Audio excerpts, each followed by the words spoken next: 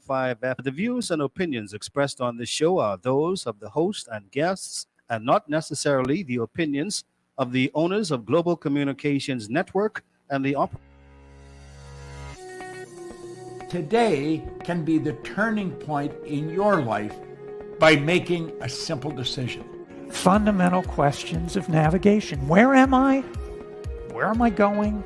And how do I get there from here? I invite the leaders of our planet to ask themselves these three questions before they make any crucial decisions.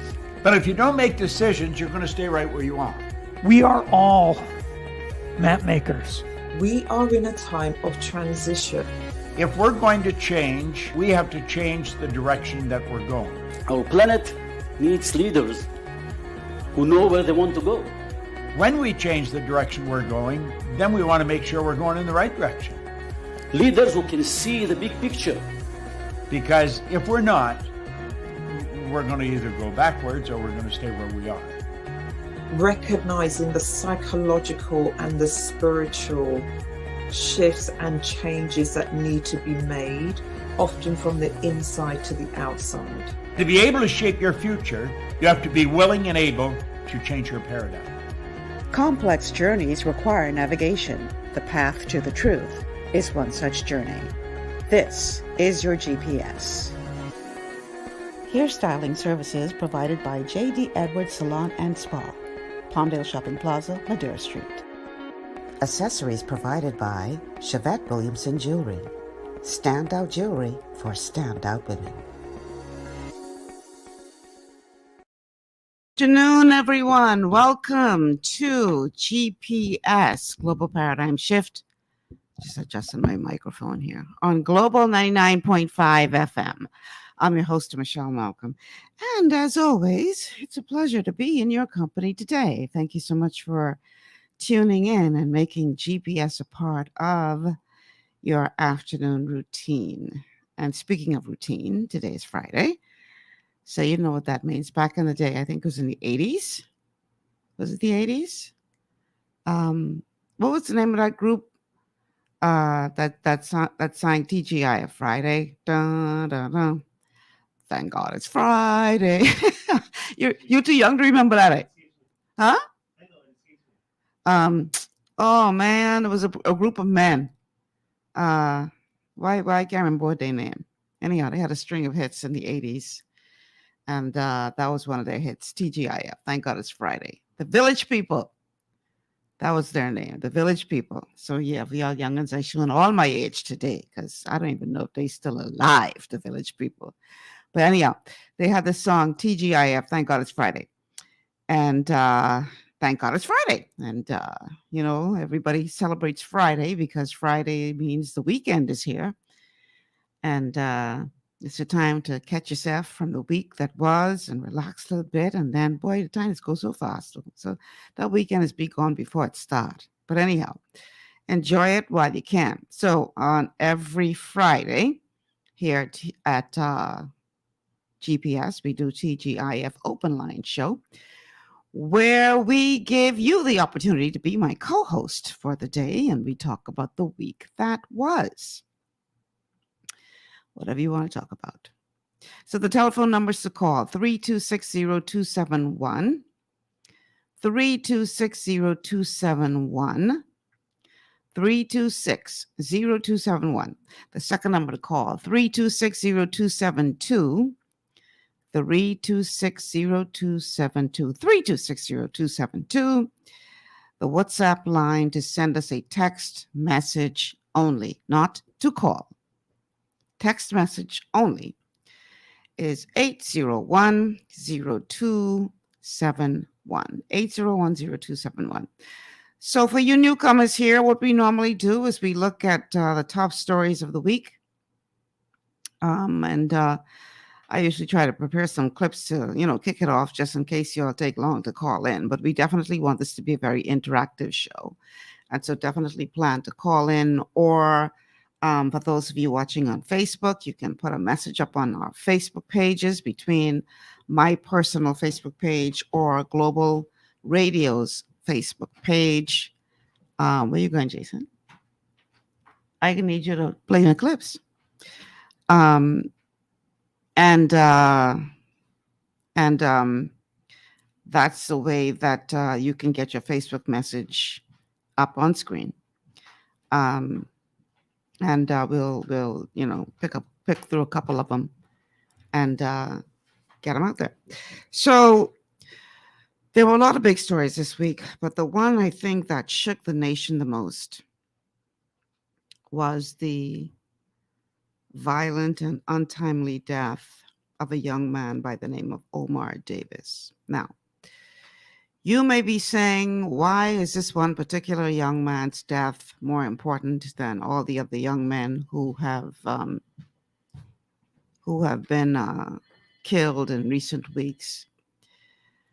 And I think the reason why there has been so much of an uproar over Omar's death is because Omar was a young man who was striving to break free of that whole system as it relates to being born in what is called the ghetto and being, locked into that whole vicious downward spiral cycle.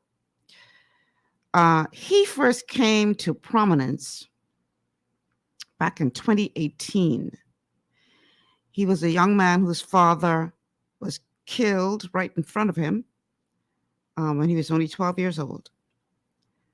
And he was determined, as he explains in the speech that he gave to, it was the Ministry of Education award ceremony for top scholars in the nation. And he explained at that time in 2018, he told us a little bit about his background and what his plans were for the future.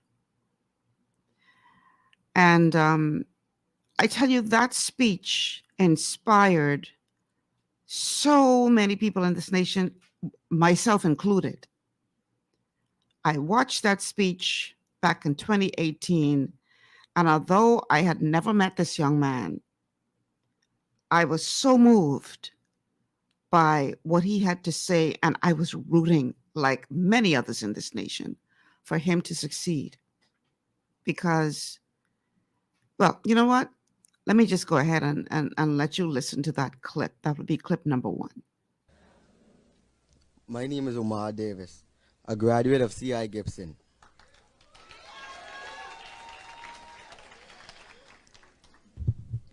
Growing up wasn't a walk in the park for me.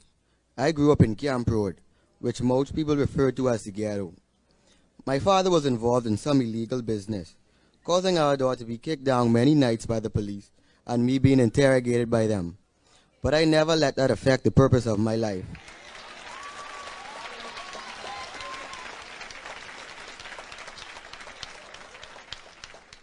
Even though my father did bad things, I never once looked at him as if he was a bad person. And he would always say to me, "Short man, never be like me when you grow up." My father was trying to make a living, and I know what he was doing was wrong. Therefore, I made it my goal to find another way, which was through education. He wanted me to be a lawyer, but my passion lied within numbers. That's why I selected finance as my major.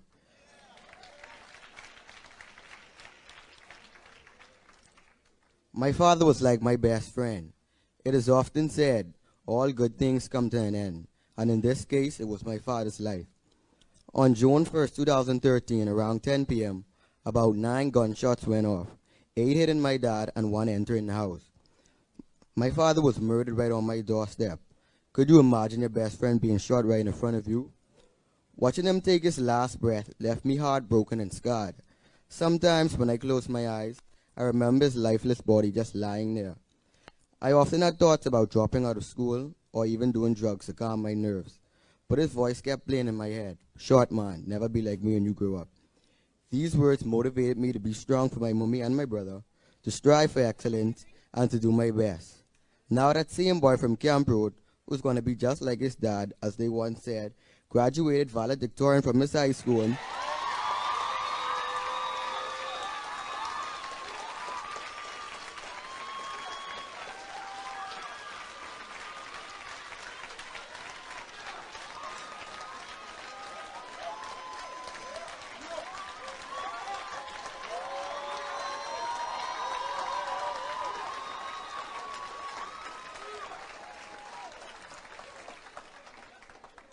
Graduated valedictorian from his high school, will be the first person in his immediate family to go to college and is a 2018 public school scholar.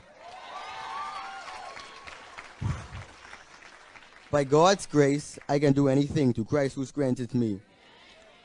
It isn't where you start, but it's where you end. So I'd like to thank Mr. Hinsey and the Ministry of Education for awarding me with this scholarship. It means so much to me. Look forward to hearing great things about me. And God's willing, you all are invited to my graduation in 2022 from Central State University. Thank you. So you saw, and I'm getting emotional just.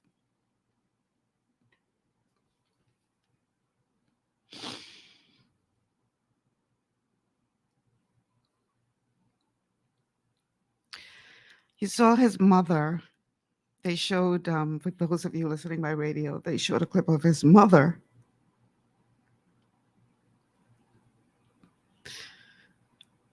shedding tears of joy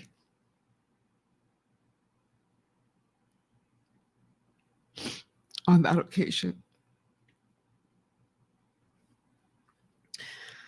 That speech inspired me. I was so moved by that young man and his drive to succeed, and everybody was pulling for him.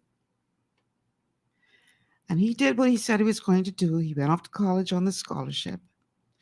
Not only did he get a bachelor's degree in finance, but he got a double degree.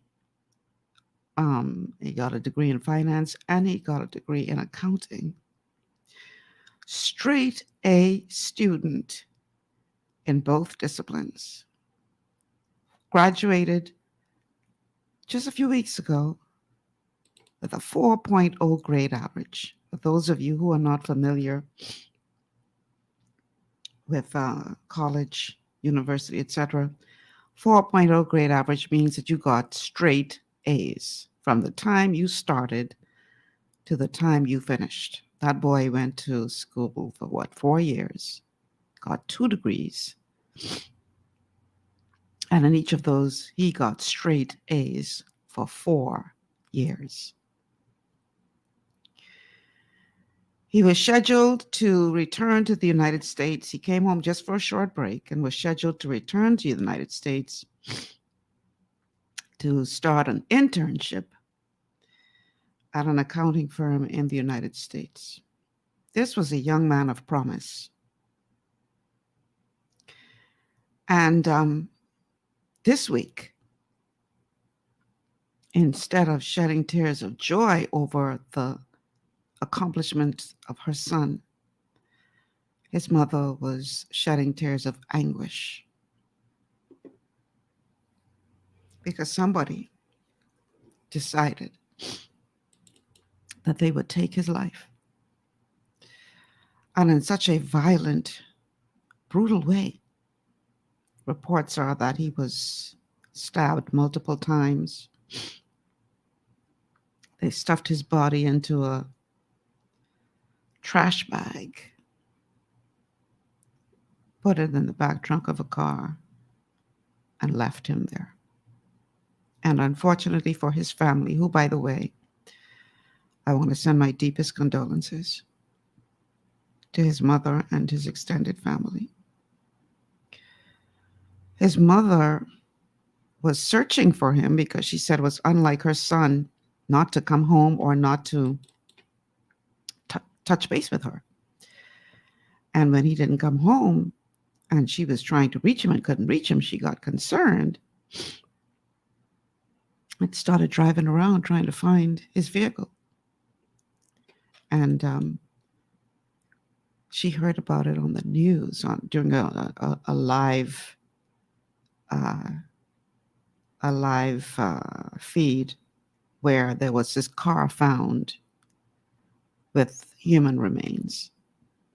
And she listened. She headed to the area. Come to find out, it was her son's car that they found, and ultimately his body in that car. And it shook the nation because This young man was doing everything that he could to break free of that cycle, and he was succeeding at it. Double major, accounts and finance, straight A student, with his whole life ahead of him. And somebody or somebodies, because the police now say they have, I think, 4 or 5 men in custody, one to be charged before the courts next week, decided that they would take that young man's life. This clip is with his family members reflecting on his life and talking about what a joy he was to be around. That's clip number 2. Despite being heartbroken over her son's killing, Gia Wims is comforted by the love and affection Omar Davis Jr. showed her during his life. Omar is the best son anybody could have. Wims last saw her son on Monday morning when she poked her head in his room before heading to work. After trying to reach him later in the day and not hearing from him, she grew worried. That worry started turning to fear when he hadn't returned home by the following morning. Unlike him, she says. While driving around New Providence searching for his black Honda Fit on Tuesday afternoon, Wims heard that police found the black Fit while listening to the live stream from a local news station. She headed straight to the scene in Centerville, where police found a body with stab wounds in a trash bag in the back of a black Honda Fit. I hold over there to see if that's my child or if he alive or he dead, but I know something was wrong. I really know something was wrong because that's not him. My baby don't sleep out at all, not at all. Wims described her son as the life of any party and a best friend, son, and provider to her. Davis Jr. defied the odds by graduating valedictorian from his high school and with a double major in college, despite watching his father murdered in front of him at age 12. He was what? He planned to reach the limit, past the limit, I telling you. He had so much plans and big dreams and what I was ready to. Wow. I know my son was a boy, I know he's going to take me places. I spoke to Wims and other relatives at her home on Romer Street. Despite the tragic reason for coming together, Davis's spirit lingered. His mother and other relatives smiled and laughed as they remembered the 21-year-old's infectious spirit. He was especially close to his cousins, Keisha Gomez and Desaria Demerit, and his aunt, Shanice Ramming. You used to tell me, asking me if I could sleep by you. Because, you know, it's less like anybody tell me no as opposed to him. He always used to bring out a different side of you and all. The side you scared to bring out, he'd bring that out. He'd bring that out and you'd have the most fun. You know, he'd make you comfortable. I don't know how to function. Honestly, I don't. That's just like my baby. Police announced yesterday that they had 5 people between the ages of 20 and 56 in custody assisting with their investigation. And while the pain is difficult, Wims thinks her son would be just trying to make people smile. You don't see I smiling? That's why you have me. Never sad. I ain't never ever been sad around him. I never. If you sad, he come right here in his yard right now, and everybody start laughing. he crack some kind of joke, or he tell one kind of story, or he get off on you know, his family member. We love him for that, babe.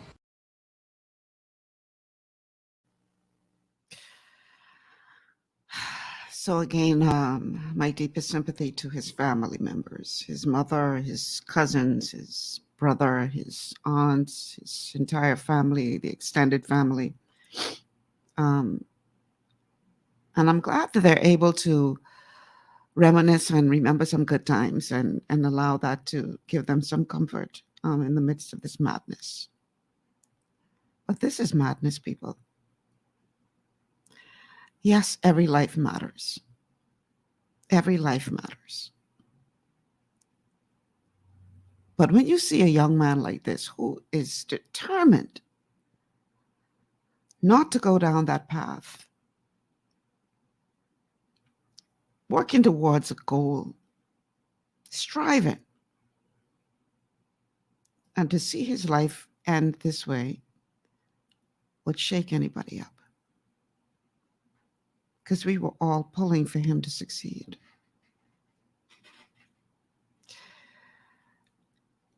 In sending condolences to his family, Prime Minister Philip Davis said that his government is going to take a relentless approach to fighting crime in the country. Let's go to clip number 3. It is always agonizing to lose a young Bahamian. Here, we have a young man whose resolve to escape violence had fueled his outstanding achievements in our public schools and in further education. His determination and his success reached and inspired so many. To lose him in this way, when he was about to embark on the next stage of his life, feels truly unbearable. We pray for God to wrap his arms around the family and hold them tight. Just as we pray this for all of our families, and there are far too many who lose loved ones to violence. And just to say, you are not alone. The nation grieves with you. We add to our prayers our shared determination to come together as policymakers, as community leaders, as clergy, families and friends and neighbors, to do ever more to fight the scourge of violence, even when, or especially when, our hearts are this heavy. So, yet again, we see this scourge, this demon of murder raise its head over this nation. But this one, I think, really cut deep. This one cut deep. And like I said, you know, all lives matter. This one cut deep. I want to hear from you and hear your thoughts on this. What we as a collective need to do to try to turn this thing around. I'm going to take a break. Then when we come back, we're going to open up the phone lines for you to call. 3260271, 3260271, 3260272, 3260272, and the WhatsApp line 8010271. We'll be back after this. Understanding your microbiome, also known as your gut ecosystem, can change everything you thought you knew about nutrition, digestion, immunity, and metabolism. Keeping your gut ecosystem healthy and balanced is essential. Ultimate Microbiome by Longevity was specifically formulated to optimize this ecosystem. It provides the advanced support your gut needs through prebiotic, probiotic, and postbiotic supplementation. Our unique blend of probiotics includes Lactobacillus and Plantarum, healthy bacteria that can help prevent harmful bacteria from taking over your gut. Increasing your gut's population of beneficial bacteria creates a more balanced gut microbiome, which has been shown to aid in weight loss, skin health, sleep, mood, and may even help with seasonal allergies. Ultimate Microbiome also promotes the production of postbiotics. Postbiotics are key to help regulate your gastrointestinal health. To enhance digestion, Digizyme Multi-Enzyme Complex, a blend of 5 specific enzymes, has been added to Ultimate Microbiome. It can help break down food so your body can better absorb nutrients. Plus, we've added our proprietary I-26 hyperimmune egg powder to aid in the elimination of disease-causing gut bacteria and help your body balance its immune response. Ultimate Microbiome, the scientific, proprietary, and holistic approach to gut health that helps optimize your body's entire gut ecosystem. To learn more, contact your Longevity associate. Welcome to Sunshine Auto, the hardest place on the planet for a live, fix, and tire. We We are your auto superstore for rims, Lexani, Azaras, Trueform, Western, Lux, Fuel, Trackline, Tough, Rough Racing, Velocity, Mud, All-Terrain, and low-profile tires, cars, homes, and commercial window tinting. At Sunshine Auto, we put God first and customer is king. To stay healthy, it's crucial to make sure you get the nutrition you need every day. But it's difficult to get all your recommended vitamins and minerals from food alone. Even in the United States, 94% of people are deficient in at least one nutrient. Beyond Tangy Tangerine 2.0 by Longevity is a simple, convenient, and affordable way to help your body get the essential nutrients it needs. It's an advanced plant-driven multivitamin mineral complex that contains certified organic whole foods, trace minerals, and antioxidants. BTT 2.0 supports your body's natural defense system with a proprietary blend of energy-boosting and body-loving nutrients, plus prebiotics, probiotics, amino acids, and enzymes that support digestion. With an unusually high ORAC score of 8,000, you get even more antioxidants to help combat free radicals that can cause damage to your cells. But to get the most benefit and value from any multivitamin, your body must be able to break down the nutrients so you can fully absorb them. Otherwise, they'll just pass through your system without doing any good. Beyond Tangy Tangerine 2.0 was specially formulated with synergizing cofactors to ensure you get maximum nutrient absorption. Beyond Tangy Tangerine 2.0 is the easiest way to give your body the balance and complete daily vitamin mineral supplement it needs for optimal support of your overall health. To learn more, contact your Longevity associate. This portion of GPS is brought to you by Tiki Bikini Hut at Junkanoo Beach. Great food, cool tropical drinks, and family fun in the sun. Welcome back to GPS, Global Paradigm Shift on Global 99.5 FM. Michelle Malcolm here on this TGIF open line show where we talk about the week that was. The telephone numbers to call 3260271. 3260271, 3260272, 3260272, and the WhatsApp line is 801-0271. Please remember that on WhatsApp we can only take text messages, so it doesn't make sense to call because I won't be able to answer it. But again, the WhatsApp number is 801-0271. We have a caller on the line. Caller, welcome to GPS. Hello, caller. Hello. Yes, sir. Hi, you're on the air. Yes, sir. You're on the air. Miss Malcolm. Yes. Miss Malcolm. Go ahead. We're listening. You on the line? Sir, you're live on the air. Go ahead. Oh, I don't know if you was going to bring up the LTQB part of the story. I had no intentions to do so because I have no evidence of that. Hello? I had no intentions to do so because I have no evidence of that. You need to turn down whatever you're listening to us on. Okay. And listen through the phone. If you don't want to touch it that far. Well, you know, Bahamians like to run with stuff that they have no evidence of. You don't have to have any evidence of that apart from what you saw on social media. So I'm not going to go down that road. And even if that is the case, we're still talking about a human being who was striving to do better. And one has nothing to do with the other. But Bahamians need to stop. Let me just say that. Because even if you figure that that is the case, you can't blame that on all these other murders that are taking place in the country. We got a serious problem. And I don't want us to get bogged down in the wrong things and ignore the very important aspect of this, which is our propensity to be violent. Whether you short, tall, black, white, pink, green, red, yellow, straight, gay, fat, skinny,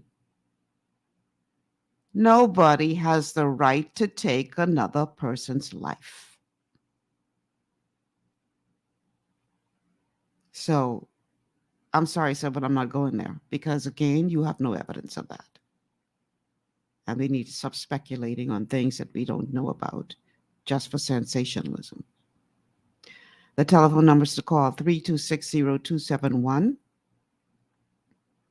3260271, 3260271, 3260272, 3260272, 3260272.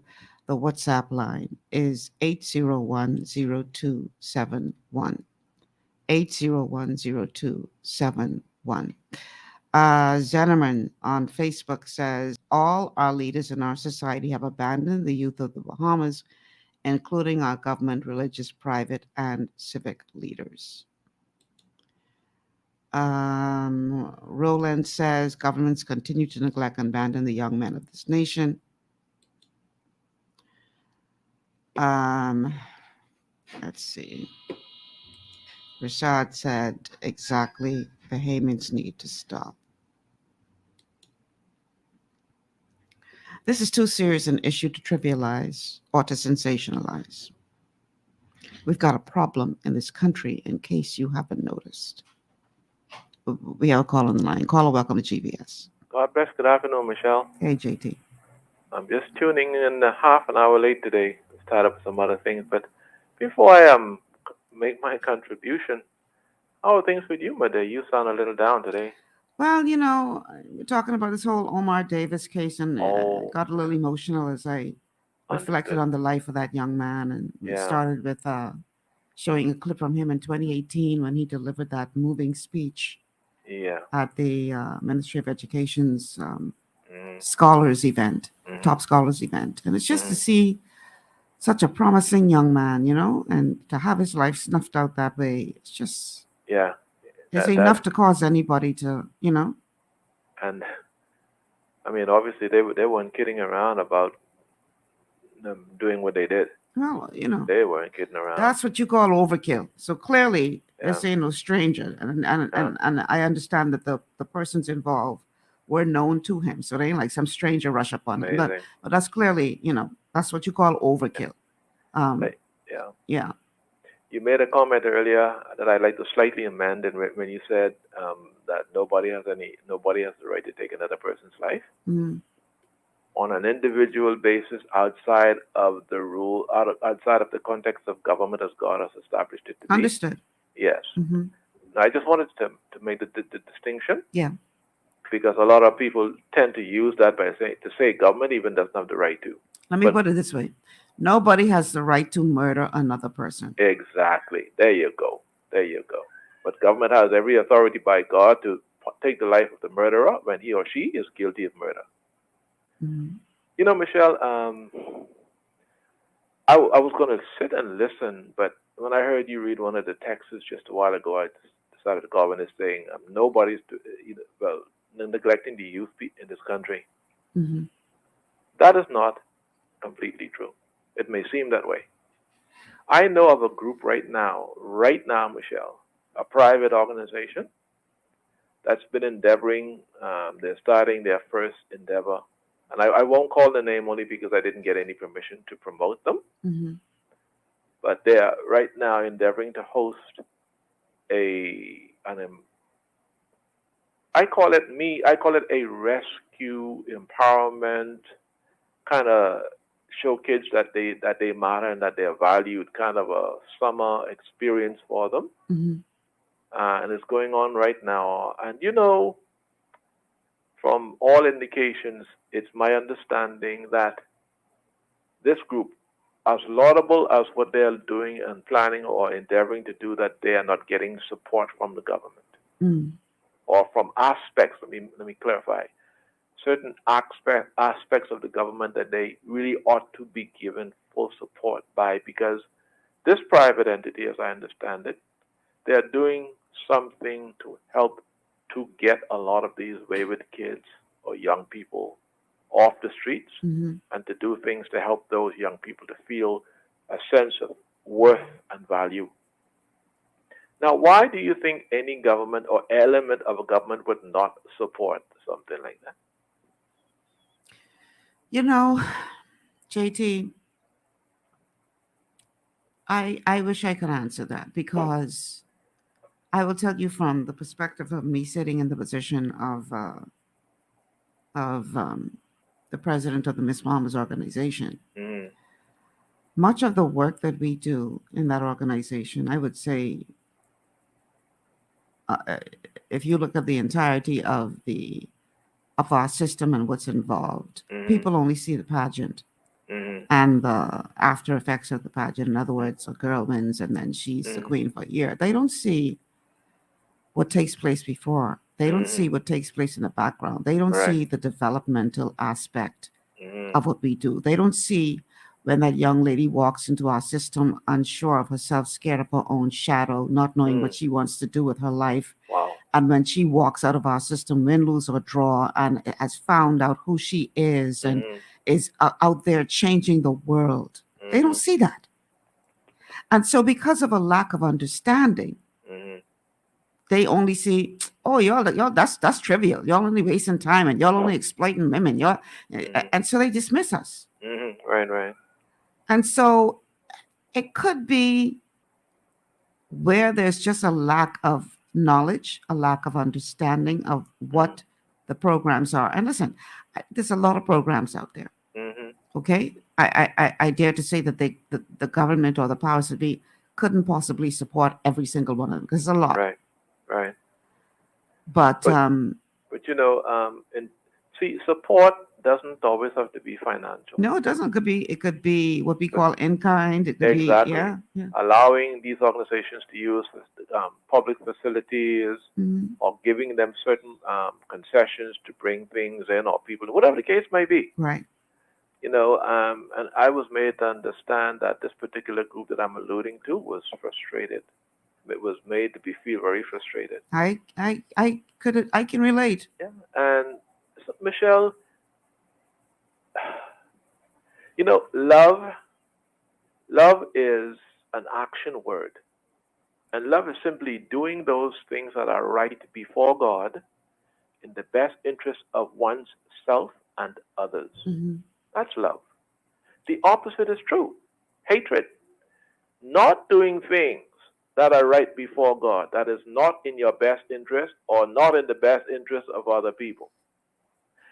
Michelle, when I see the way we behave or have been behaving in this country toward ourselves now, Bahamians treating Bahamians with disregard or disrespect, or minimizing us just because we think somebody think they better than who they think they is. You remember how Toby Smith was treated? Who he think he is? He want too much. Words to that effect I was made to understand that the former Attorney General would have allegedly said.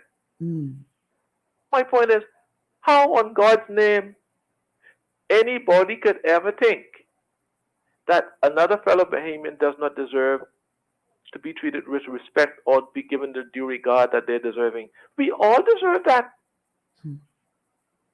My conclusion is that a lot of us Bahamians are so shallow, or we are so full of envy, or we don't understand our own value, that we tend to look at the wider community the same way we see ourselves.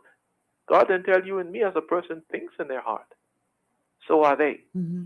So if somebody going to be sitting down all the day sucking their teeth and wondering, you know, how miserable their life is, I should say, and then wondering about other people, if they're going to keep on projecting their negativism on other people, unfortunately, they're going to constantly be, I suppose, envying and backbiting and all of them kind of things, because they themselves don't see no value in their own selves. Well, here's the thing. A lot of times when you see somebody who is so hateful and envious towards someone else, it's because you deciding to strive sheds a light on their inadequacies, on their lack of self-esteem, on their lack of ambition, on their desire not to improve their lives. So you making them look bad. Oh, really? By showing them, or you ain't got them on your mind. You know, you just trying to live your life. That's my point just now.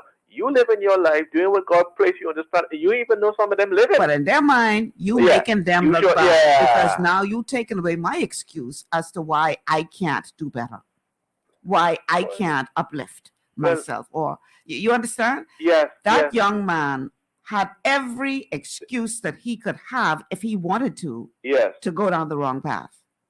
Every excuse. Isn't that something? Father was an alleged drug dealer. Father murdered in front of him at the age of 12. Growing up in what we determined the ghetto. Right. Every opportunity for an excuse he could have had.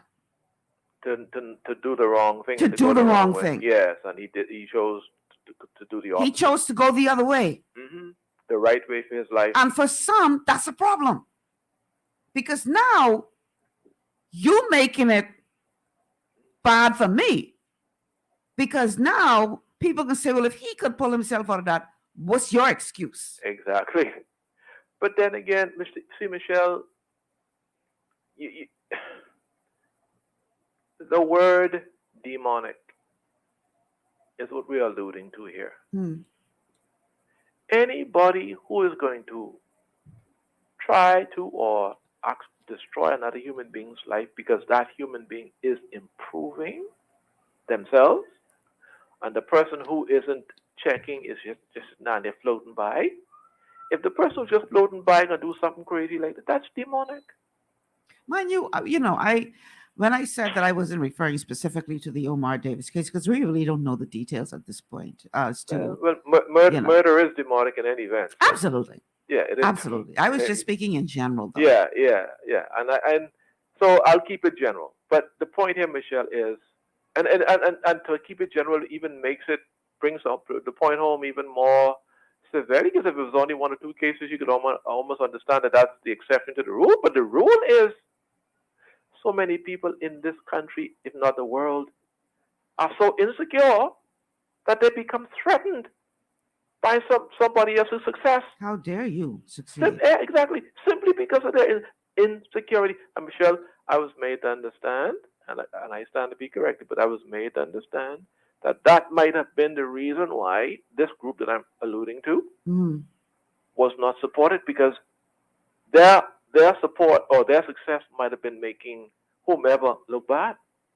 But if you ain't doing what you can do to look good, or if you ain't doing what you are supposed to be doing to look good, don't blame Joe Blow group over there who are doing what they're doing to look good.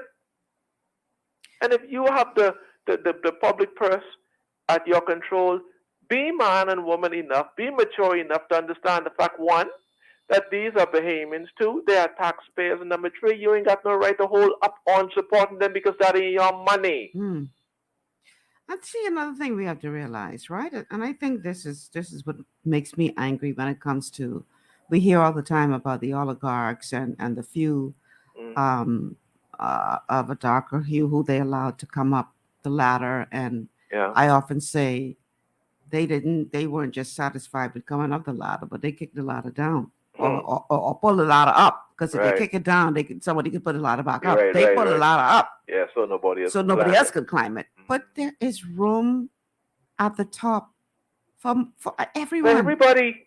Why you gotta decide you gonna hold me back? I don't understand that. Envy or I don't jealousy. understand that way of thinking. Because there's Envy enough or room at the top for all of us. Yeah. You know, Michelle, the saying is, rising tide lifts all ships. I never yet heard a sea tell a boat, you can't come in me because I don't have too many other boats on me. So you got to go surface in some other pond or so. I never heard a sea say that yet. So why do you think in the metaphoric sense that us human beings always trying to keep somebody else's boat off the sea? Your boat got the right to float, yeah, but the man around on the other dock, his boat got the right to float too. Right. The sea didn't. The sea you're no more valuable or precious to be on the sea than the man on the boat who ain't got he ain't got the brightest boat on the sea. He ain't got the biggest boat on the sea, but the boat still has a right to float there. And if you can respect the fact that the small boat got the right to float on that sea just like you, then your big boat should be taken off. Yeah, anyhow, JT, I got another caller. God bless you. Take care. Thanks for calling. Hi, caller, you on the air.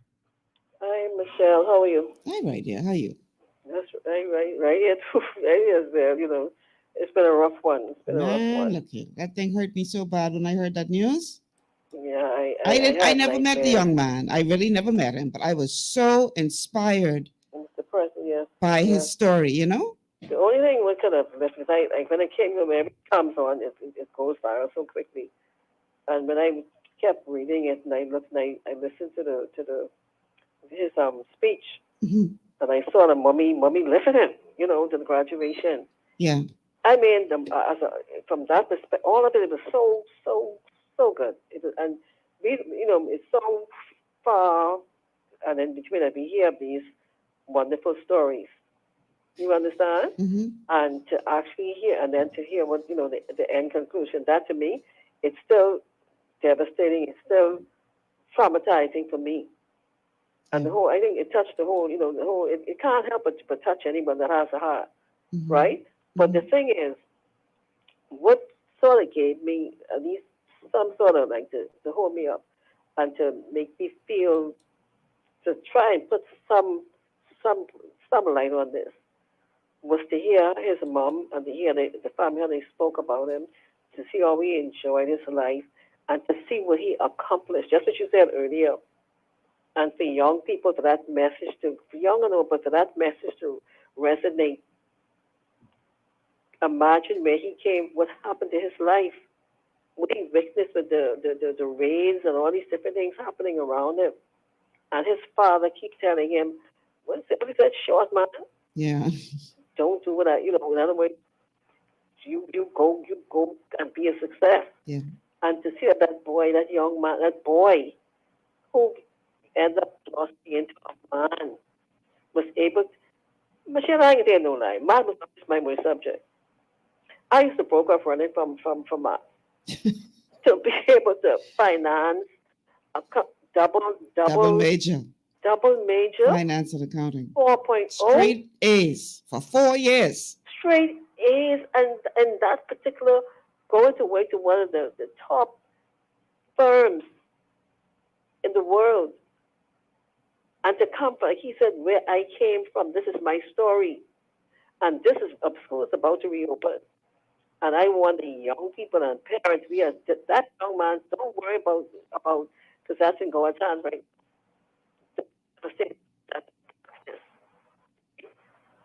His life. Look at what he was able to achieve. Our young people, we have to look at that example, that his presentation. Sometimes, Michelle, we ask, sometimes, and we never question God, but we always say, but boy, wow, how could this have happened? Why did, and we always ask the question, why?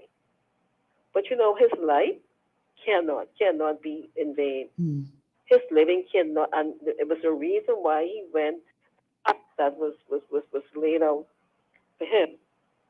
It showed that he had a choice. He had like a fork in the road where he could have turned, like he said, go left or go right, or stay straight, stay focused.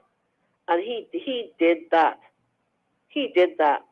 So I want young people out there to use his life, use his example with his education. And I'm sure he will, because I've been hearing and reading and listening to a lot of young people, students and whatever have you. They're so impressed. They're so amazed at what he has achieved. You understand? Because people, we sometimes we use these things, and sometimes we, it is what it is, as a crutch or whatever, to know that you can do it. And his message is, stay focused, stay focused. You can achieve because I did it. See, he did that. But he was just about, that was just the beginning of his journey. And to see what happened, that, like I said, that would be dealt with. Because there's still a God on the throne. God is still on the throne. But like Singham used to say, where JT used to say, where they used to, this is the demonic spirit. It seems to be going after our men, our boys and our young men in so many different forms. jealousy, envy. You understand? We have to appreciate one another, Michelle. We have to appreciate what we have done, what our brother, what our schoolmate, our classmate, what they have achieved.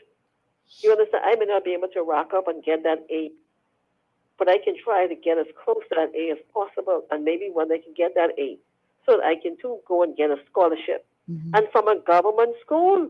Yep. From a government school, so it shows that all is not lost in our educational system. There's a lot to be done. There's a lot of work to be done, but there are still gems, there are still diamonds, and all of that roughness, all of that hardship that young man went through, and he was able to shine. You saw the way the Central University, was it? The way they turned up and memorialized that young man. Yeah.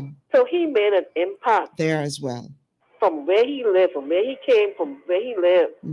He made such an impact and touched that little tiny young man. Right? Because he looks like he was 12, 14. Right? Baby was able to make such an impact from the Bahamas. Yeah. But like I said, I just want to once again send my condolences out to his mother, his brother, and his extended family. Just hold on. His living, will not and cannot be in vain. And Michelle, you have a safe and a wonderful weekend, okay? Thank you so much. And the Bye-bye. same to you. Be safe out there. And thank you so much for calling. Okay, let's take a break. We're going to take this break because, we got to pay some bills. So I got to, pick up my sponsors, give them their shine. And then after that, we're going to continue with this TGIF Open Line Friday show. We'll be back after these words. Stay with us. Your body's immune system is under constant pressure from things like stress, lack of exercise, and toxins in the environment. It's crucial to be proactive and support your immune system with the nutrients it needs to function effectively. But it's often hard to get these nutrients from food alone. Introducing fast-acting Zinc Plus Immune Support by Longevity. Unlike zinc-only supplements, Zinc Plus Immune Support builds on the proven power of zinc and adds complementary nutrients to give your immune system extra support.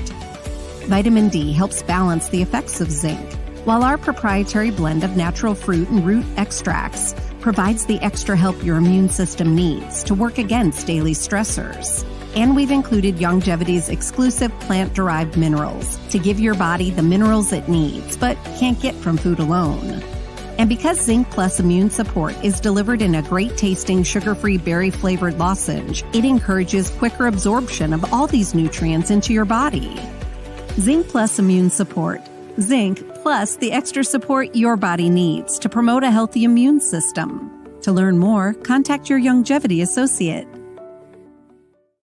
Welcome to Sunshine Auto, the hardest place on the planet for a rims, paint, and tires. We are your auto superstore for rims, Lexani, Azaras, Trueform, Western, Lux, Fuel, Tracklight, Tough, Rough Racing, Velocity, Mud, All-Terrain, and low-profile tires. Cars, homes, and commercial window tinting. At Sunshine Auto, we put God first and customer is king. Glasses love.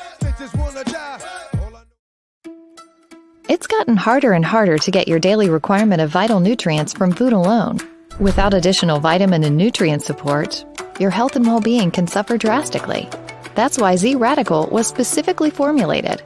It combines a blend of antioxidant-rich vitamins, minerals, and botanicals with the protective powers of fucoidan to help fill the gaps from lack of nutrients in your foods. The core of Z-Radical is fucoidan, a naturally occurring polysaccharide that helps stimulate immune reaction, protecting you against inflammation and oxidative stress.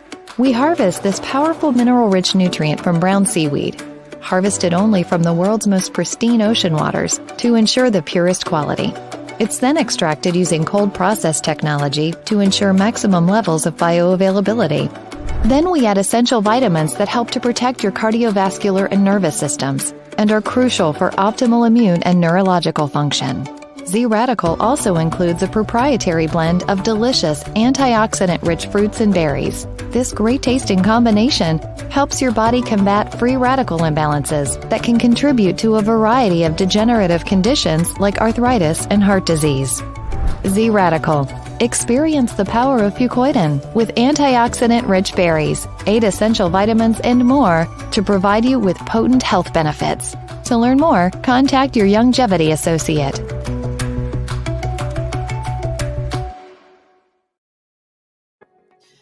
Welcome back to GPS Global Paradigm Shift on Global 99.5 FM on this TGIF Open Line Friday show. The telephone numbers to call 3260271, 3260271, 3260272, 3260272. The WhatsApp line to send us a text message 8010271, 8010271. Let me read one comment, and then if that's a call for the show, we'll go there. So Vernon says, good afternoon, Ms. Malcolm and everyone else. My condolences to the young man's family. Sometimes it also boils down to associations. I remember growing up, my old man used to always say, he don't want me mixing up with bad company, not knowing that I was one of the worst of the group. There's an old song called Smiling Faces, show no traces of the evil that lurks within. To God be all the glory. Amen. All right. And speaking of associations, is that a call of the show or not? Yes? Caller, welcome to GPS. Hello. Hi, you're on the air. Good afternoon, Ms. Malcolm. Good afternoon. How are you? I'm great. How are you? Professor Walter MacArthur Thompson. Mm-hmm. Will he be on today? No, he's on Mondays. Okay. I have a question for him then. Mm-hmm. Do you know whether or not he's doing a GoFundMe account for his request so that we can learn more about the Constitution as he's presenting it on your show? I have no idea, sir. You have no idea? No, I don't know. Okay, Ms. Malcolm, there's one other thing, if I may say, before you go. It's been reported that there is a man who have had about 5 strokes. His mother is 78, and he needs help. Mm-hmm. And she says she can't do it anymore. But the thing that amazes me, Mrs. Malcolm, if this is a fact, that by all means we as a people ought to do more. And by that I mean, when we send illegals back to their homeland, we give them a stipend, whether it's 500, whether it's 5,000. I don't know the amount. However, if that is the case, then we should set up a fund for people who, like this gentleman, who needs help, for the government to say, let me put aside $2 million, hire critical care workers, especially from Jamaica. They can come in and work and care for the person. And not only that, the community nurses can work with him 4 days a week, a doctor once a week. But he needs constant care, and he needs to be taken care of, not to be treated like a piece of meat thrown somewhere. Do you know whether or not social services is aware of his condition and his situation? No, I cannot say for sure if they are aware, but it's something that seriously needs to be looked into. He's 70 plus, and I don't think our seniors should be treated in this fashion. Right. They've already made a contribution to this country, and we need to take better care of them. True. reach out to his family members or caretakers or anybody who you knows the situation intimately, and find out whether or not they have contacted social services, and if not, encourage them to do so, because there may be some help or program that's available to them, but they're just not taking advantage of it because they're not aware of it. Probably not. Yeah. As information comes, it is truly needed Mm-hmm. to alleviate the suffering and the pain and the anxiety Right. one must go through. Right. No need for that. Understood. And I wish to thank you very much for your time and your platform, Ms. Malcolm. Thank you for calling, sir.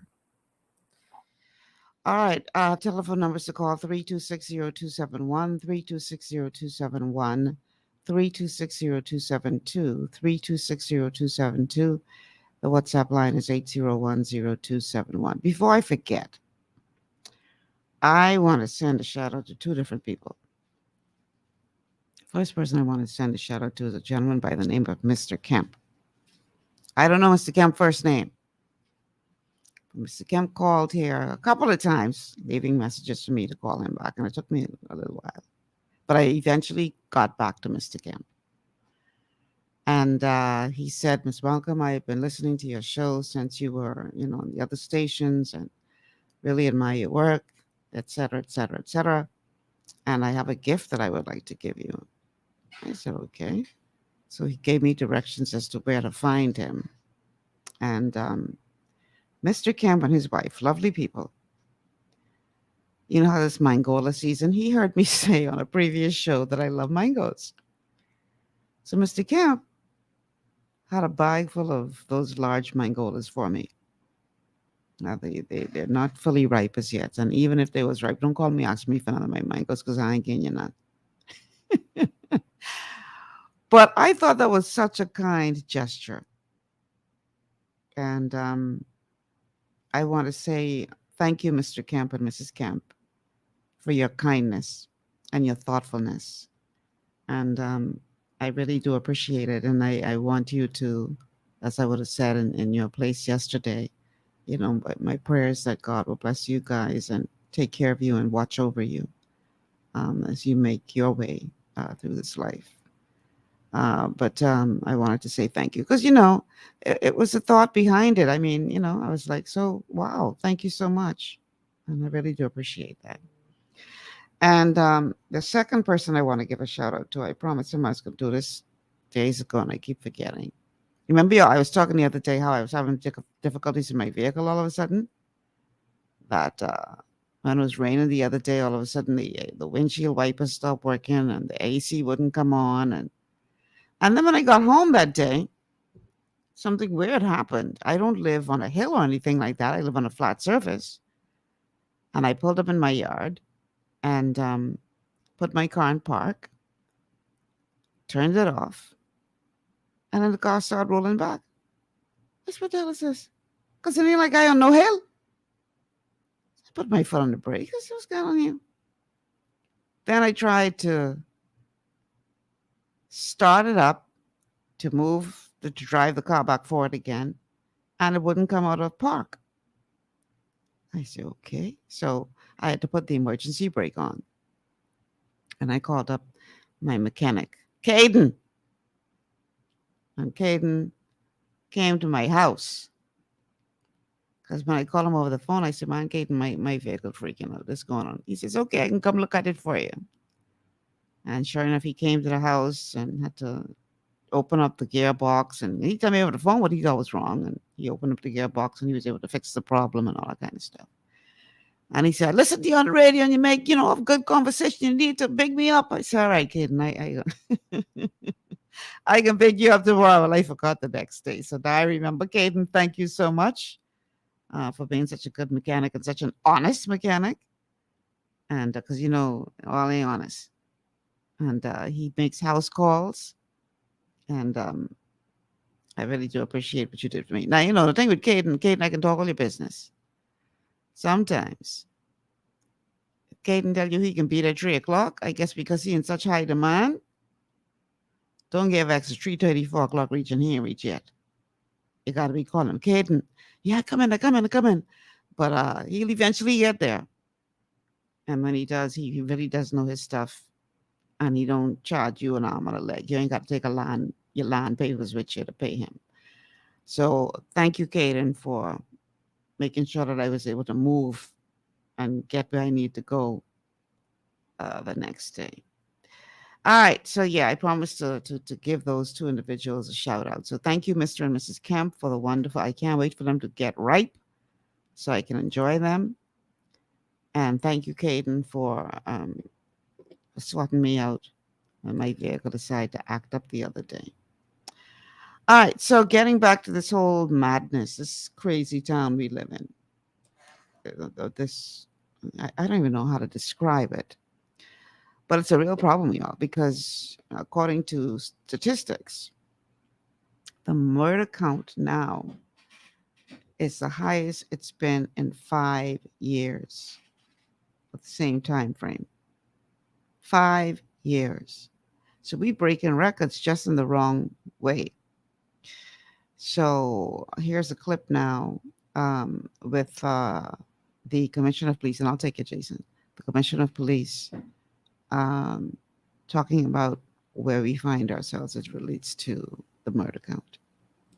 Bloodshed, year after year. That's how Bahamians from all sectors of society are describing the recent spate of murders in country. The homicide count now at 88, the most on record at this point in the year within the last 5 years. We are having a hurricane of violence in the Bahamas. According to statistics from the Royal Bahamas Police Force, there has been a stark increase in homicides so far as compared to previous years. By September of last year, the country had only recorded 83 homicides. By September 2020, only 48, and September 2019, 68.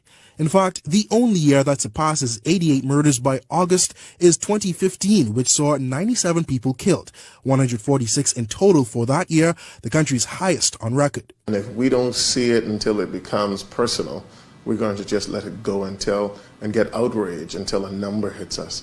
I believe that we ought to take stock right now and kind of decide, is this the Bahamas we want to live in? Now, this new reality now raising some concern for residents who say back in the day, they would have felt safe in the capital, but in recent days, even while being parked on the stoplight, they would still have to look over their shoulders. During the day, I am constantly reminding myself to stay alert, be aware before I come out of my car. I'm looking around, and that's no way anyone should have to live. Their fear heightened by yesterday's gruesome discovery of the remains of 21-year-old recent college graduate Omar Davis Jr., a life many say was snubbed way too soon. It's horrific. It causes my heart to hurt, and to think that there's that kind of venom out there, that you could take a life and then bag it up, as you say, as garbage and discard it. We've got to value life more than that. Tonight, both the leader of the opposition, Michael Pintard, and the Bahamas Christian Council President Bishop Delton Fernandez says the country must band together to battle the scourge of violence on the street. There's great work going on by individual entities, but unless we come under one roof and do it together, we can throw a number of pebbles in the water, but when we throw it together, it has more impact. This administration has failed to put forward a strategic plan where it leads the charge in coordinating efforts around early detection, intervention, and then, of course, interdiction and rehabilitation on the back end. Last week, Police Commissioner Clayton Fernandez said the Royal Bahamas Police Force is doing all it can to control numbers and to ensure the safety of Bahamians. And tonight, residents are pleading with them to do so as soon as possible. The effort needs to be enhanced. It needs to increase because we're not getting anywhere in terms of solving the crime problem that we do have. Within the last 5 years, the highest amount of homicides to be recorded in a year was 122 in 2017. 2021 follows with 119. The count for this year has already surpassed the total amount for 2020. All right. So clearly, y'all, we got a problem. Yeah, I know. We talking about this problem all the time, but what is the solution? That's the question. What is the solution? Because we all know we got a problem. We all know that. Don't take a genius to figure that out. But it also does not help us to be pointing the fingers left, right, and center as to who is to blame for this problem. I listened to the leader of the opposition, my friend Michael Pintard, and I was wondering what their position was when they were in power, and how come we still had crime under them if they had all the answers that they now claim that this current administration does not have. Bottom line is, this is going to take more than efforts of any particular administration. I say administration, I'm talking about any government administration, any church, and that's in reference to what the head of the Christian Council had to say. Any civic organization individually, any school, I agree with the head of the Christian Council in that it has to be a collective effort. It can't be where everybody are doing their own thing. And maybe at the end of the day, everybody will have to continue to do their own thing, but under a collective umbrella, for want of a better word, which sort of steers the direction overall that we want to go. And then you break out and you do your thing and I do my thing. Because I think I would have said it on this show before. There are a lot of organizations out there that are doing really good things. I think immediately of one like The Family with Dr. David Allen, doing wonderful work in the inner city. You've got the Bahamas Crisis Center. You've got Candy Gibson and Foam. You've got so many different organizations who are doing their own. You've got Bishop Walter Henschel and Great Commission Ministries. You've got Phil Smith, the Bahamas Feeding Network. We have a lot of really good entities and NGOs, Singing Prophet, Singing Bishop, whatever you want to call him, and his feeding program. These are just some of them that are coming to the top of my head. And they're all doing good work. But we need a collective direction. And then from that, we all do our part to make that happen. It can't be where we only blaming the broken homes. We only blaming the schools. We blaming the church for what it is or isn't doing. We blaming the police for not showing up to the crime or stopping a crime. I don't know how you expect the police to stop the crime, but anyhow, it's just crazy. Everybody pointing the finger at somebody else. And while we're busy pointing the finger at somebody else, the madness continues. Now, I agree with the caller who was talking about financial support, because a lot of people are doing good out there, but aren't getting the financial support that they need to continue their programs. And I know it's hard to do for everyone, but we have to find a way to better fund those that are working to make a difference. And that requires, I think, both public and private sector collaboration. It's not enough for us to sit back and say, oh, the government need to fix this problem. Because it goes beyond just an administrative problem or an infrastructural problem. I think a large part of this is spiritual. A large part of it is a lack of guidance, a lack of love, a lack of support, we could go on all day. But I would like to hear from you. What are your thoughts on how we can turn the tide on this madness? We cannot continue to go down this road. That's not an option. We need to resolve, everyone, that we're going to do whatever it takes in our small part to fix this problem. But we got to identify how we do that. I'd love to hear from you guys. 3260271. 3260271. 3260272. 3260272. And the WhatsApp line is 8010271. 8010271. And that is for text messages only. So I see where Ahmed is saying wow, but he didn't say why. He say wow. So Ahmed, wow, in relation to what? What do you mean by that? Wow, in terms of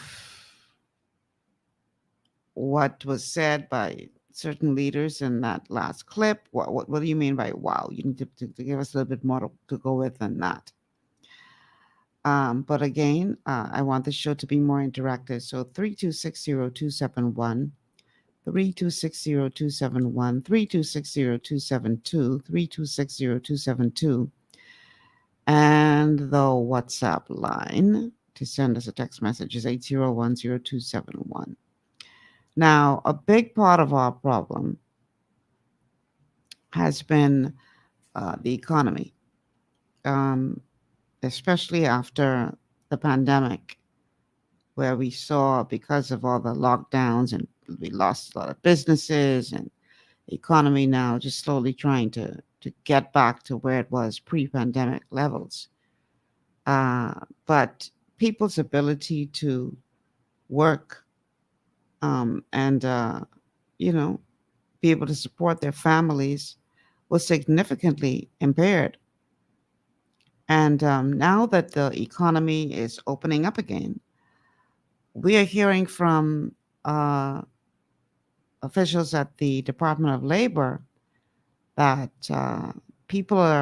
employers are looking for employees and aren't able to find them, in spite of our unemployment numbers being what they are.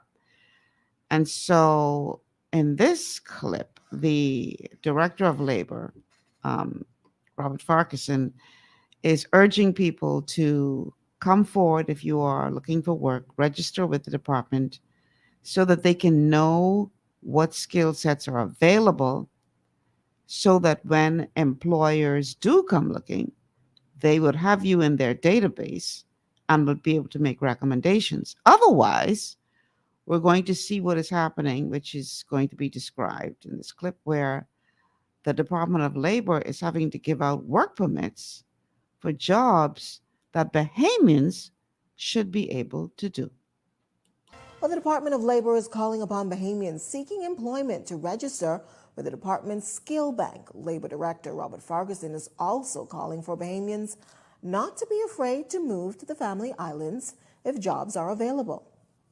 We had the Sandals Group come to the Department of Labor on Thursday past, and they hired 52 people to work in Exuma and on Fowl Key.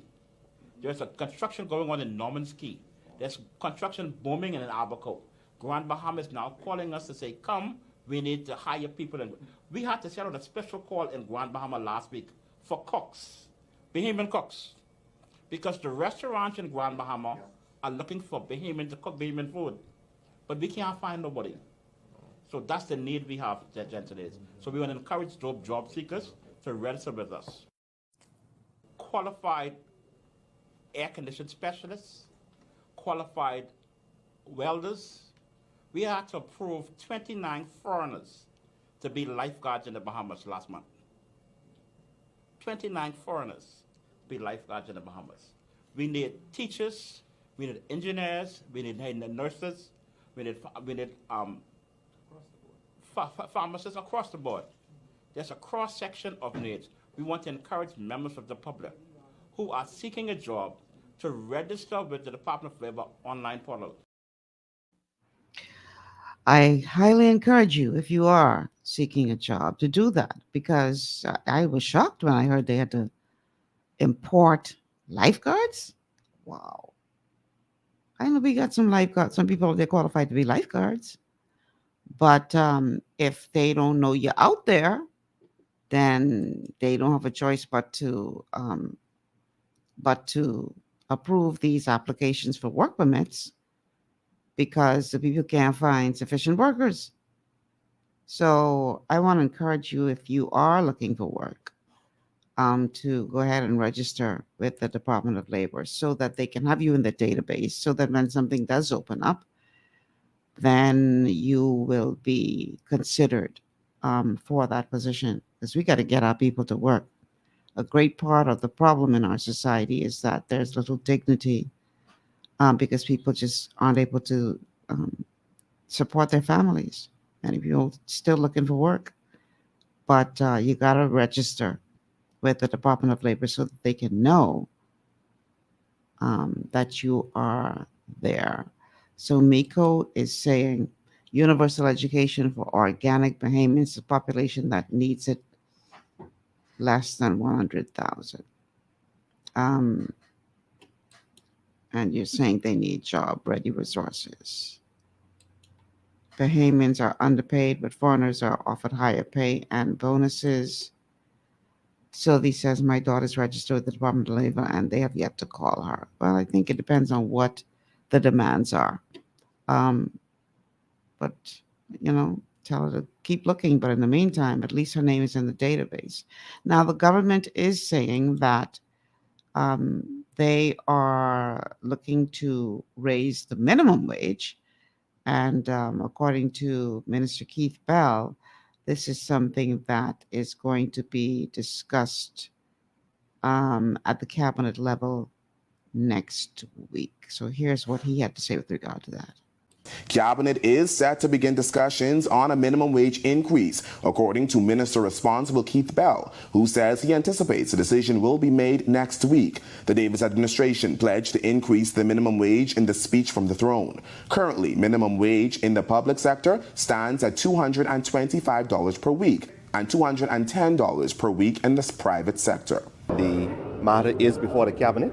The Cabinet is in active discussion, and we anticipate that the Cabinet meeting, which is next week, Tuesday, that we should be able to come to some conclusion in respect to what the minimum wage would look like. Obviously, as you would anticipate, there will be more dialogue and more consultation, but I'm very pleased where we are at this stage with it. So here's the thing. The cost of living is not, it's going up all the time. And I don't know how. I know it's complicated because in the same way that it's going up for individuals, it's going up for businesses as well. So in other words, business owners have to pay more money for goods and services. I mean, we've been told by the food store chains to brace ourselves. Boy, look here. They ain't lie. Brace yourself for these increase in prices. But if a person only making $225 a week, wow. How a person supposed to survive when everything else is going up so high? Everything increasing except salaries. And I know the Chamber of Commerce has given some pushback saying that it could negatively impact businesses. I just don't know how people are expected to live on that. And it's not like in some other countries where they grow a lot of their own, like Jamaica, for instance, as hard as it is for their people because their dollar is so weak and people's salaries aren't matching up, but at least they have the ability, they grow a lot of their own foods and, they surviving. I say it's ideal, but we import 95% of what we consume. So we are at the mercy of the food store chains. We're at the mercy of the port owners. And it's, I dare say, one of the reasons why this illegal immigration problem that we have continues to be a problem, because they're trying to get around paying people. They're trying to find the cheapest labor they could find. And so that's what they do when they exploit the immigrants that come to this country, because the locals asking for too much, according to them. All of this, I believe, contributes to some of the problems that we're seeing in our society right now.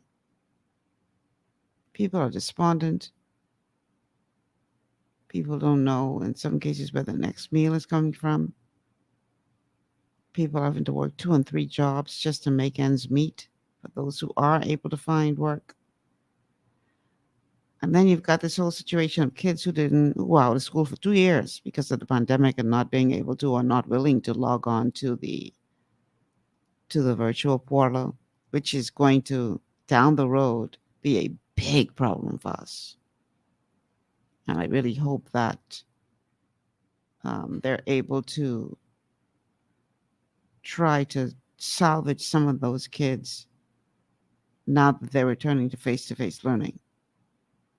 Try to get them back up to speed. But all of these things contribute to some of the problems that we're seeing right now. So we're going to take a break. On the other side of the break, we have one more break or no? Yeah, one more break. Okay. So on the other side of the break, we're going to look at some of your comments, as well as, unless you guys call in, look at some other reports as well. Stay with us. This is GPS.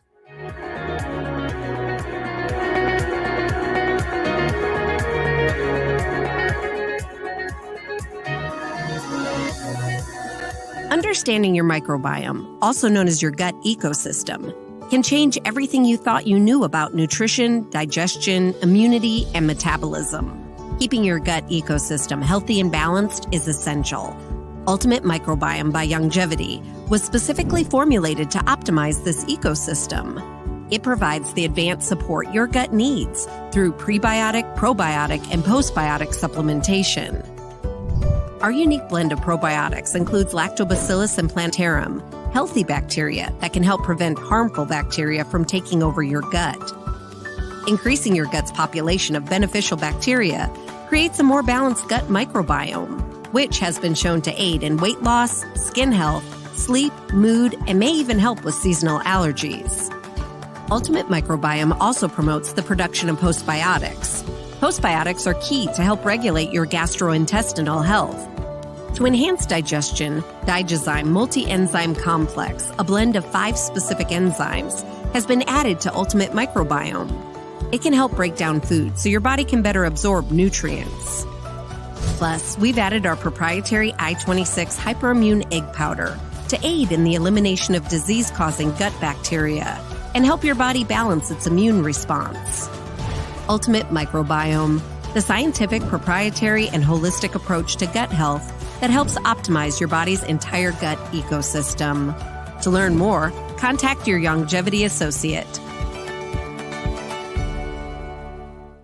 Welcome to Sunshine Auto, the hardest place on the planet for rims, paints, and tires. We are your auto superstore for rims, Lexani, Azaras, Trueform, Western, Lux, Fuel, Tracklight, Tough, Rough Racing, Velocity, Mud, All-Terrain, and low-profile tires. Cars, homes, and commercial window tinting. At Sunshine Auto, we put God first and customer is king. Glasses love. To stay healthy, it's crucial to make sure you get the nutrition you need every day. But it's difficult to get all your recommended vitamins and minerals from food alone. Even in the United States, 94% of people are deficient in at least one nutrient. Beyond Tangy Tangerine 2.0 by Longevity is a simple, convenient, and affordable way to help your body get the essential nutrients it needs. It's an advanced plant-driven multivitamin mineral complex that contains certified organic whole foods, trace minerals, and antioxidants. VTT 2.0 supports your body's natural defense system with a proprietary blend of energy-boosting and body-loving nutrients, plus prebiotics, probiotics, amino acids, and enzymes that support digestion. With an unusually high ORAC score of 8,000, you get even more antioxidants to help combat free radicals that can cause damage to your cells. But to get the most benefit and value from any multivitamin, your body must be able to break down the nutrients so you can fully absorb them. Otherwise, they'll just pass through your system without doing any good. Beyond Tangy Tangerine 2.0 was specially formulated with synergizing cofactors to ensure you get maximum nutrient absorption. Beyond Tangy Tangerine 2.0 is the easiest way to give your body the balance and complete daily vitamin mineral supplement it needs for optimal support of your overall health. To learn more, contact your Longevity associate. This portion of GPS is brought to you by Tiki Bikini Hut at Junkanoo Beach. Great food, cool tropical drinks, and family fun in the sun. Welcome back on this TGIF Open Line Friday. The numbers to call 3260271, 3260271, 3260272, 3260272. And the WhatsApp line to send us a text message is 8010271. 8010271. So let me read a couple of y'all messages from Facebook. So Miko says minimum wage should be between $17.50 to $20 per hour, or $700 to $1,000 per week. Bahamian employees are making a 200% profit line and do not fairly compensate employees or give them any bonus, medical, etc. They try to take Bahamians in servitude. Wow. I don't know, Miko. I know we can live to see that day. Rain says we need to form an organization involving each sector of the government, school, church, psychologists and psychiatrists, economists, in order to tackle this murder problem that exists now. Conflict resolution programs should be instituted in our schools, starting from primary, high school, and tertiary levels. Our mindset is under attack, I believe. That's from Rain Thompson. Dr. What's his name? Who I mentioned him earlier in the show, who does the family program. He often talks about this widespread shame that we have in our country, Dr. David Allen. And that because so many of us are walking around with shame, we turn that outward as a form of protecting ourselves from the shame that we've endured, from the trauma that many of us have endured from childhood. We have a caller on the line. Caller, welcome to GPS. Hi, Michelle. How are you doing? Sheldon Johnson. Hey, Seattle. How are you? I'm okay. I just want to make a couple of notes. The first one is when the caller called asking for Sidney Walter MacArthur Thompson, he was seemingly seeking to fund him speaking more about the Constitution. He's trying to find a means to which he could contribute. And so maybe you could send another call out to him or whatever to see what arrangements can be made for him to. Sydney comes on the show every Monday, so I'm hoping that caller can call back and Sydney can address that concern on Monday. Yeah, I think it's just not just Sydney, but you and him, because it's the platform he's looking to. He wants more of the Constitution, so he's looking to sponsor the platform. He may not understand that it's the platform that is done, as opposed to saying, okay, let me send this money to you, let him come into you. So I'm saying just for you, for both you and Sydney to understand what he may be seeking to achieve. Okay. The second thing, you're talking about the economy. A number of people reached out to me after the show yesterday, and they said they really enjoyed it here around Bahama, was they wanted to know what is the alternative to the house other than the cruise industry. We're having a hard time hearing you because of the wind or something in the background. hold on a second. Yes, they're saying that what they're saying is that they enjoyed the show yesterday and they wanted to know what alternatives there is to what we have. And the problem is that I want people to understand. I think a number of people may also ask the same question: is the fact that we often talk about the Stafford Science model. Well, the Stafford Science model was not cruising. It was actually hotel rooms, heads and beds. Essentially, he expanded the Bahamas to a 365-day a year as opposed to seasonal tourism. The world has changed, and people often hear me refer to the second digital revolution, third technology revolution, fourth industrial revolution. The most important aspect of that is the fifth social revolution, the way people behave and congregate. We talk about these different models, but the green, the blue, orange economy, aquamarine, and everything else. We say all of these things exist as possibilities in the Bahamas. So, we pride ourselves on the ecotourism and the green and all these other things that we have. But we don't have any tourism models directly that deals with that. Now, let's first understand that hospitality is what people experience. Tourism is what people do. So when we say we're going to do ecotourism, the blue economy, ocean economy, like deep sea fishing and snorkeling and seeing the corals and various things going in through the nature, etc. Those are tourism activities that we have to do, and we often combine them together. And so, but when you start talking about the full economic picture of the country, and you talk about immigration, and I put to you that immigration in the Bahamas is deliberate. The illegal immigration in the Bahamas is deliberate. What do you mean by that? 40 to 50,000 individuals that you could underpay by $100 for their rightful salary. Exactly. Right. Yeah, but you see the cascading effect. So when people multiply it over a year, people don't understand that is actually a $300 to $500 million a year. No, I didn't say million, and I like 1 million. I said $300 to $500 million in savings. Now, because of their involvement in the economy, causes a competitive nature, which then causes Bahamians to have to compete at a lower wage. Now, extrapolate from that even 200 to 250,000 jobs that we say available to Bahamian people, and you now add another $1 billion in economic savings. So, from an economic standpoint, we see the deflation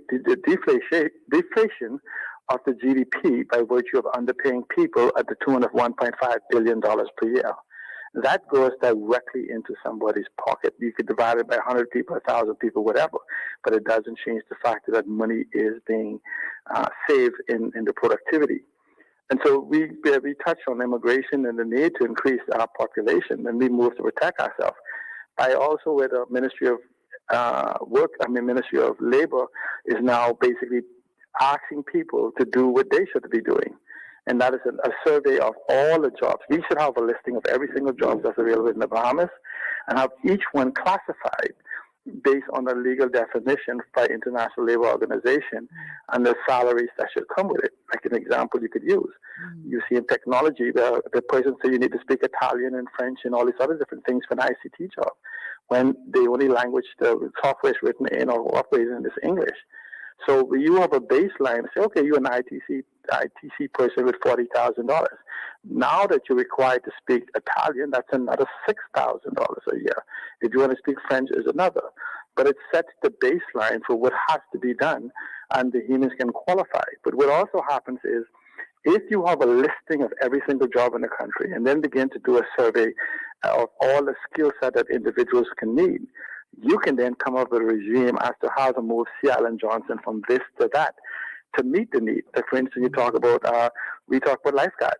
People believe being a lifeguard is just the ability to swim. No, it's an actual certification in CPR, it's a certification in carrying people out of water. Right. Because understand, you have to know how to carry people in a riptide, how to do this and that. If we begin to utilize the technological aspect by running on Sea-Doos or jet skis, and nowadays you even have drones that you can drop life vests. So it's a skill that is necessary. So we could then identify the various categories of these skills and move individuals, but we would know very specifically what skills that is missing in the country. So those 50 lifeguards could have been trained in 6 months. or they could be trained now in the next year. So when the renewal of those work permits comes up, we could say, we have 50 certified people right here. But you are simply saying, oh, we had to hire 50 lifeguards. No, nobody knows exactly what the requirements are that they were looking for in those particular lifeguards. So you are basically selling people, you're justifying what you haven't done by saying, see, if you would apply, you would have been a lifeguard. Well, tell me, what did I miss out on? Give me the list of what I missed on, and you'll probably find that it's just talk individual. And so essentially what we have in this country is a myriad of broken systems. And oftentimes, let's use education and other things we talk about. If you have, let's say, your billing is at 100%, and you have a deterioration of 20%, and you do a repair this year of 10%, that means you left a 10% deficit. Next year, you have now deteriorated another 20%, and you go and do another 11% patch. So now you're 19% behind. So you're continuously having this plantation deteriorate.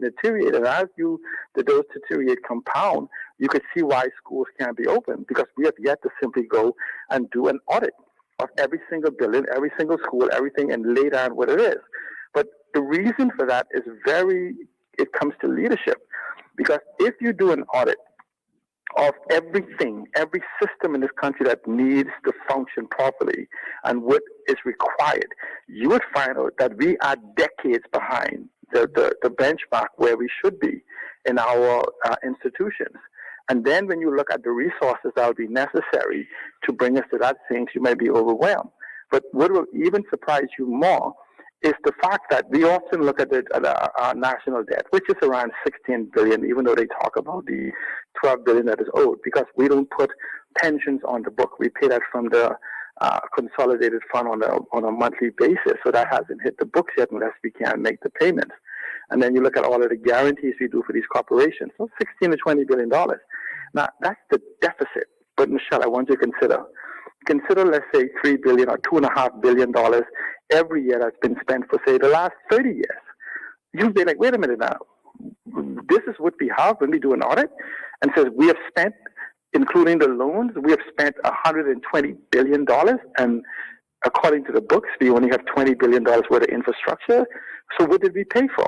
And see, these are the demands that we have to ask, as opposed to simply having elaborate conversation concerning the symptoms of what we're experiencing from the lack of leadership and corrupt practices and inadequate leadership over the last years and years. And so let me just wrap this up and you come back to Grand Bahama. What can be done? Grand Bahama, and I tell people, it's not that any other island is less idyllic.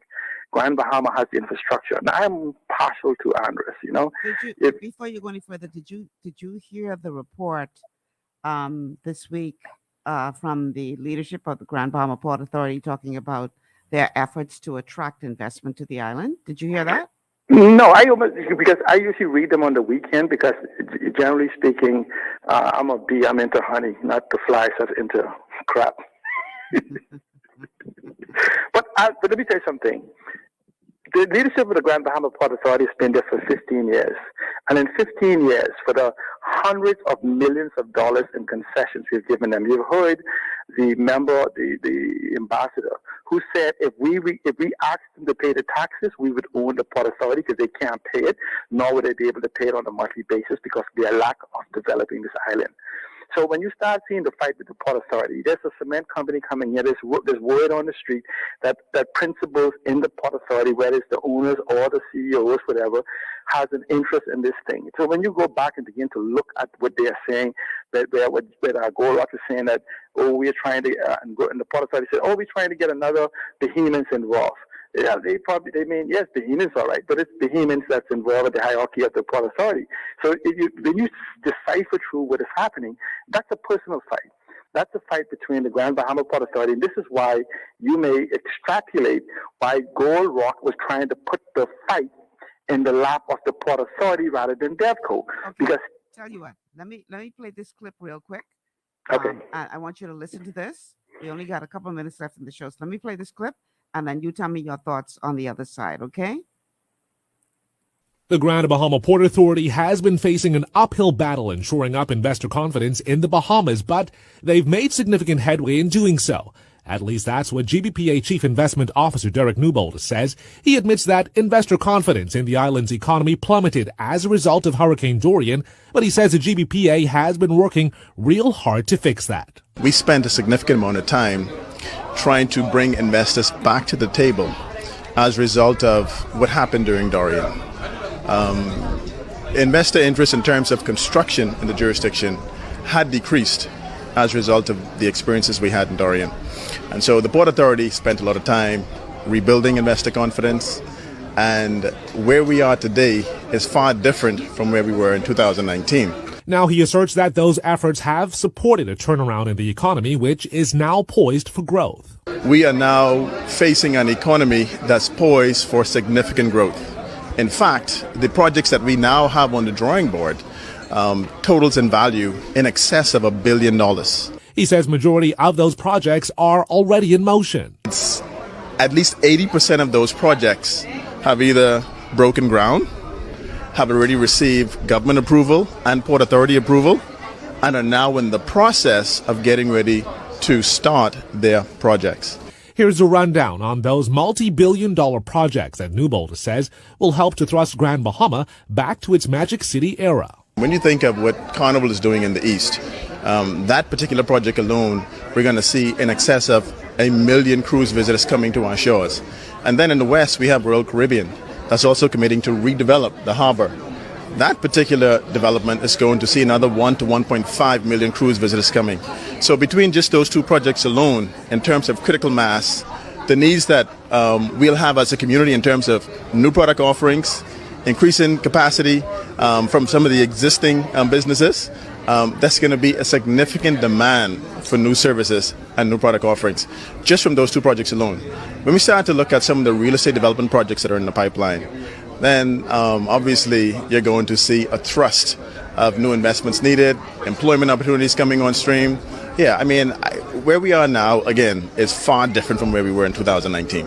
To date, the economy of Grand Bahama has seen no significant upswing. The Free National Movement promised to transform the island into a tech hub, which would in turn support economic rebound, but that never materialized. Now, the Progressive Liberal Party is confident that new investment in the island's infrastructure and tourism industry will be its saving grace.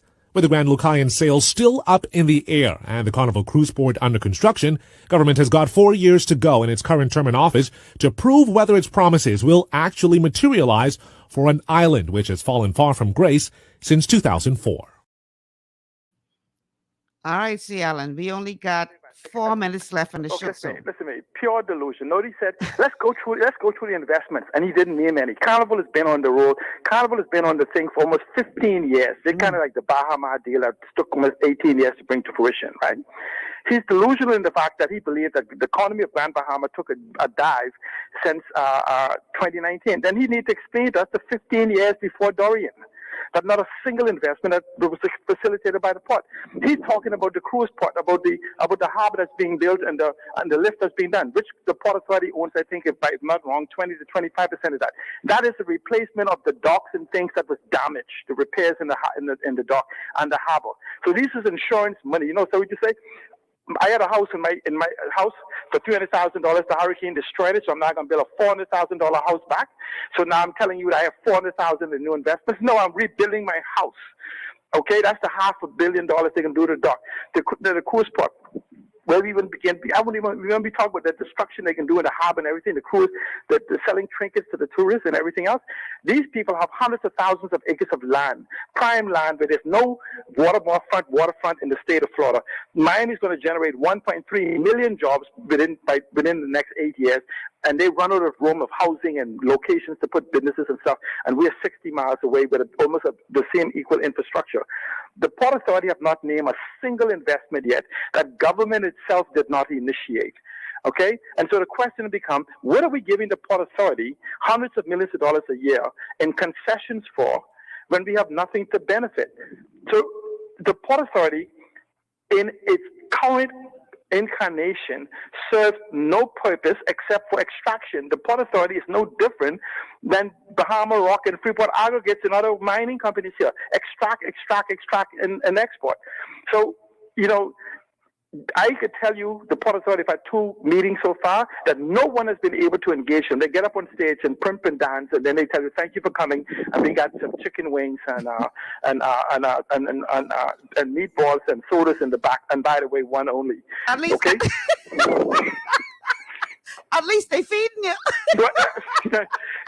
Listen to me. My so goodness. These people have recorded those town meetings and they dare not publish them because you will laugh. You will laugh yourself to death because they are afraid of bringing a plan. They say they have a reef plan. The government said they have a plan.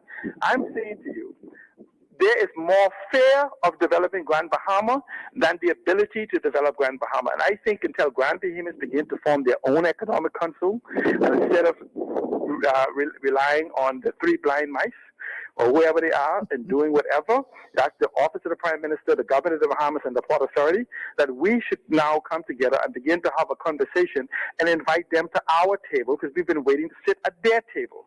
And until we begin to recognize the economic power we have and the influence we have, then we will continue to suffer the fate we have. We know the Port Authority is in a desperate situation. We know the country is in a desperate situation. And we know that and there's thousands of people and families on this island that have homes that has been damaged since 2004 that has yet to be repaired. Okay? Alan, we gotta go. We gotta go. Anyway, so we'll I'm out of talk time. about this next week. All right, thank you so much. Thanks so much. All right, bye-bye. All right. Lord, see, Alan, wait till the end of the show to break off. We gotta go though. 3:59. Gotta get out of here. Wow. Thank you so much to everybody who called in and listened. And again, my deepest condolences to the Davis family. May you have comfort in knowing that your son was living his best life and doing what he wanted to do. And just, remember the good times. 4:00. I gotta get out of here. I'm Michelle Malcolm. Thank you so much for tuning in, and have a great weekend. I'll see you on Monday when Sidney MacArthur, Walter Thompson will be in the house to continue our masterclass series on the Constitution. Take care, everybody.